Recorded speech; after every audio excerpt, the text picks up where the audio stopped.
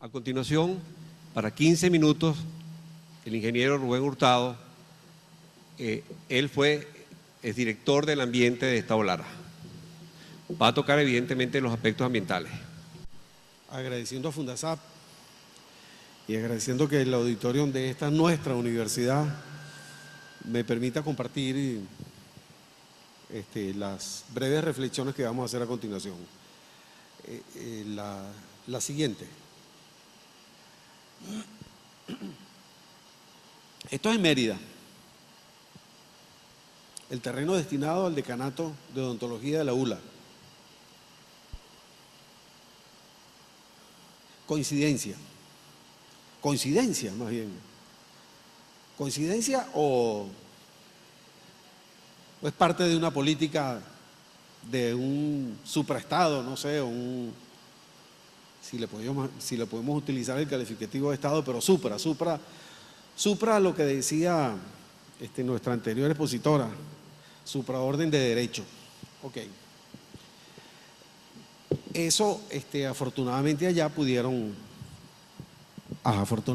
en Mérida, lograron sí la desocupación, pero ahí está la huella de una ocupación ilegal, calificada por la doctora Ancheta adecuadamente como una invasión, que hoy estamos sufriendo nosotros en nuestra universidad. Esto está ocurriendo ¿de qué manera? ¿En qué circunstancia? Está ocurriendo dentro de una circunstancia donde se reclama un derecho social, que pudiéramos a lo mejor calificar de los derechos de primera generación, el derecho a la vivienda. Solo que cuando nosotros leemos el texto de nuestra Constitución, ella define ese derecho como la posibilidad de acceder a una vivienda sana, en un ambiente sano. No es una vivienda cualquiera y como toda disposición constitucional sujeta el ejercicio de este derecho sujeto a la ley. Porque nuestra Constitución también incluyó en el desarrollo evolutivo de los derechos constitucionales, de los derechos humanos, estos que llaman de tercera generación. En el 127 está desarrollado, en el 127 de la Constitución está desarrollado lo que es el derecho a un ambiente sano. Todo ciudadano tiene derecho, pero en el mismo texto del 127 está establecido la obligación del Estado, la obligación que el Estado tiene de proteger los ecosistemas, de proteger la naturaleza. Y además de garantizar la permanencia de la biodiversidad, que tal vez pudiéramos explicar, la biodiversidad puede ser que muchos lo tengan como una visión medio poética de unos pajaritos amaneciendo o atardeciendo y la observación. No, la biodiversidad es un patrimonio. La biodiversidad es un patrimonio biológico, genético, bioquímico, que no nos pertenece a nosotros, que le pertenece a la humanidad y que debemos, al procurar su protección, garantizar que ese patrimonio pueda ser utilizado en la medida en que los avances de la investigación permitan determinar qué servicios, qué otros servicios ambientales nos prestan la biodiversidad. Pero también en la Constitución establece la necesidad de hacer uso racional del espacio y entonces ahí vemos cómo canalizar algunos de los derechos ahí establecidos. El derecho a la vivienda tiene que estar en función de lo que sería la ordenación del territorio. Y cuando hablamos de ordenación del territorio, estamos hablando de cómo generar medidas, planes que garanticen el equilibrio en el uso de los recursos. Y ahí entonces estamos en la menor escala en el plan de desarrollo urbano local de Caudare, que como expresión del plan para esa área, para esa poligonal urbana, lo que pretende es que en el término de 15, 20 años de su permanencia, las acciones que ejerzamos, tanto como seres humanos como Estado, garanticen el equilibrio en la permanencia, en la sustentabilidad de ese espacio. Lo que implica que en los planes de desarrollo urbano local deben estar garantizados no solamente el derecho a la vivienda, el derecho al trabajo, el derecho a la educación, el derecho a la salud, el derecho a un ambiente sano. Esos derechos consiguen expresión en el plan de desarrollo urbano local. Y pudiéramos agregar que inclusive a lo mejor ya hay un proceso bien avanzado de discusión de que los derechos no solamente se refieren a personas, de que el ecosistema tiene, el ecosistema como un cuerpo vivo, tiene también derecho a su permanencia, y que ese derecho surge porque cuando el ecosistema que no puede reclamar que se le garantice su permanencia, y por eso hoy la tutela dice: yo requiero ese derecho porque yo cumplo con un deber, yo garantizo la vida. El ecosistema es el medio donde se desarrolla la vida. Ese es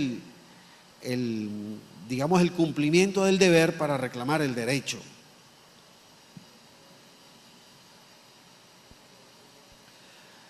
Eso es un marco ambiental muy general que pudiera generar mucha más discusión inclusive. Pero bueno, vamos a ver dónde es que estamos localizados. El área de posgrado de agronomía de la UCLA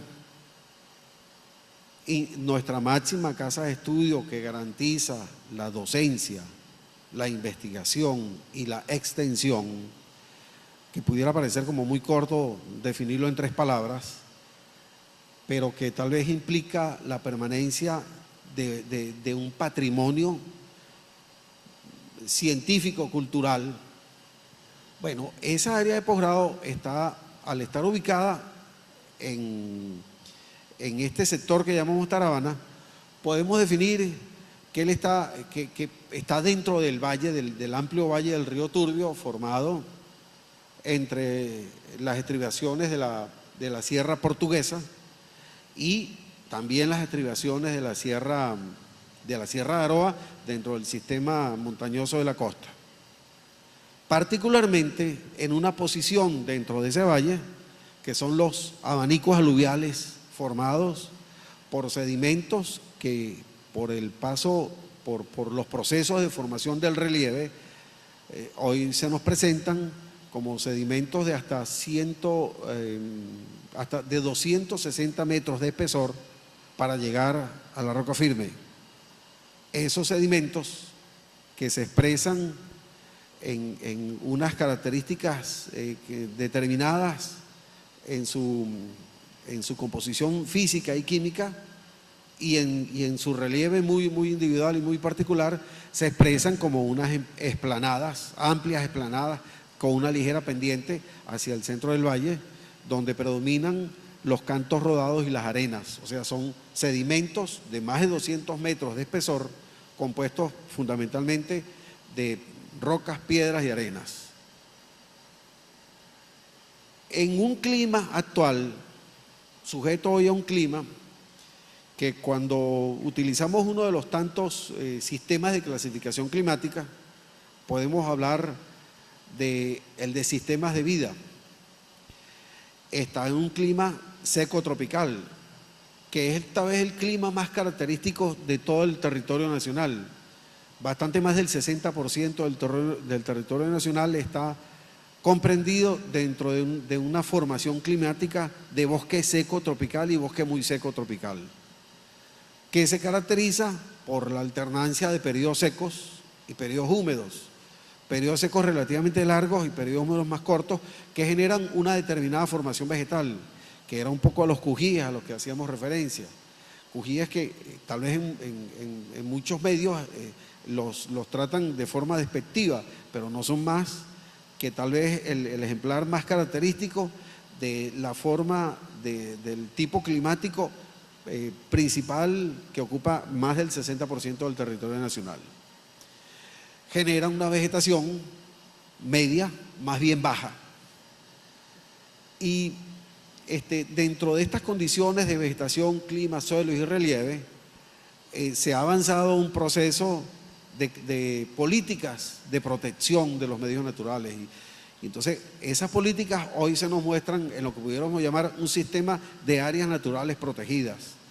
El posgrado de agronomía de la UCLA está al pie, dentro del área urbana de Cabudare, al pie de la zona protectora del área metropolitana de Barquisimeto-Cabudare, también al pie del Cerro Terepaima, que es Parque Nacional, casi bordeado por el norte con la zona de aprovechamiento agrícola del Valle del Turbio, y cada una de esas figuras con un propósito muy especial, muy específico en cuanto a las medidas de protección de esos medios. Medidas de protección que solo implican la preservación de esos medios naturales para las generaciones futuras. Dentro de este ambiente, el área donde está el posgrado de agronomía recibe servicios ambientales. Y pudiéramos mencionar que eso es, digamos, dentro de un balance, dentro de una contabilidad, lo que recibe la población de su medio natural. Primero, es un área de alimentación de los acuíferos, o sea, áreas de infiltración.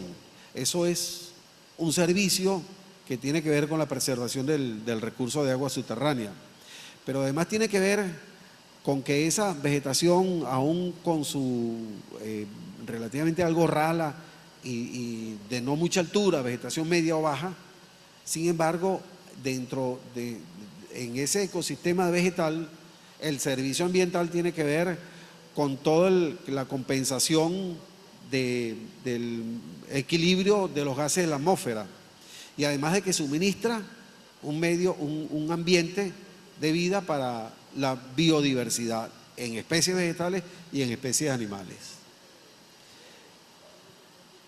Y esto implica, obviamente, que cada una de esas figuras tienen un grado de preservación.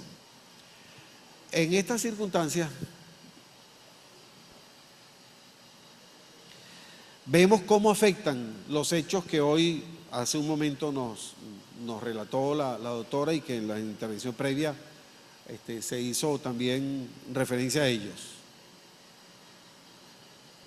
Iniciando con esta reflexión, los mayores problemas que afectan las ciudades actualmente son la dispersión y el caos.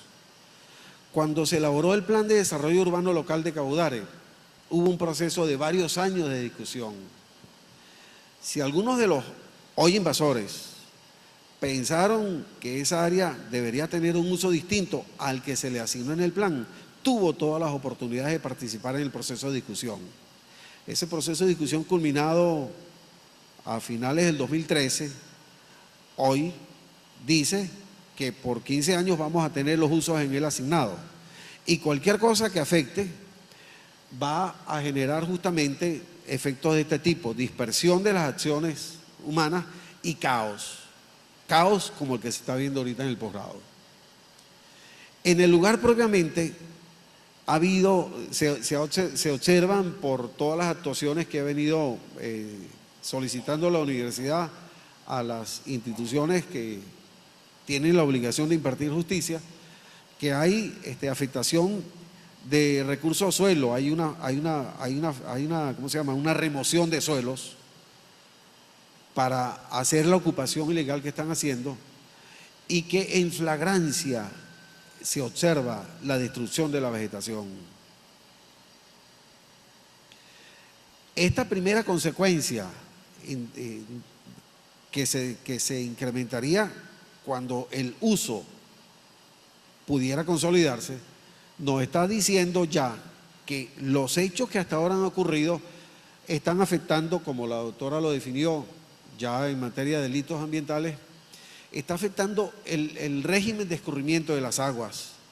Régimen de escurrimiento de las aguas que, obvio, al tratarse de áreas urbanas colindantes, puede generar, como ya hay experiencia previa, efectos de destrucción de infraestructura, efectos de destrucción de viviendas y de servicios. Pero además está generando, como tiene que haberlo generado en su momento, cuando esa vegetación fue deforestada y quemada, más suma de componentes contaminantes a la carga, a la alta carga que ya tiene la atmósfera. Y al eliminar la vegetación, la desaparición de un medio para alojar el recurso viviente. Y en estos términos, digamos, casi que en la flagrancia que vemos en todas las inspecciones, a veces las palabras para ver lo ambiental a lo mejor pudieran estar de más. Creo que en estos términos podemos interpretar ambientalmente lo que está ocurriendo. Muchas gracias.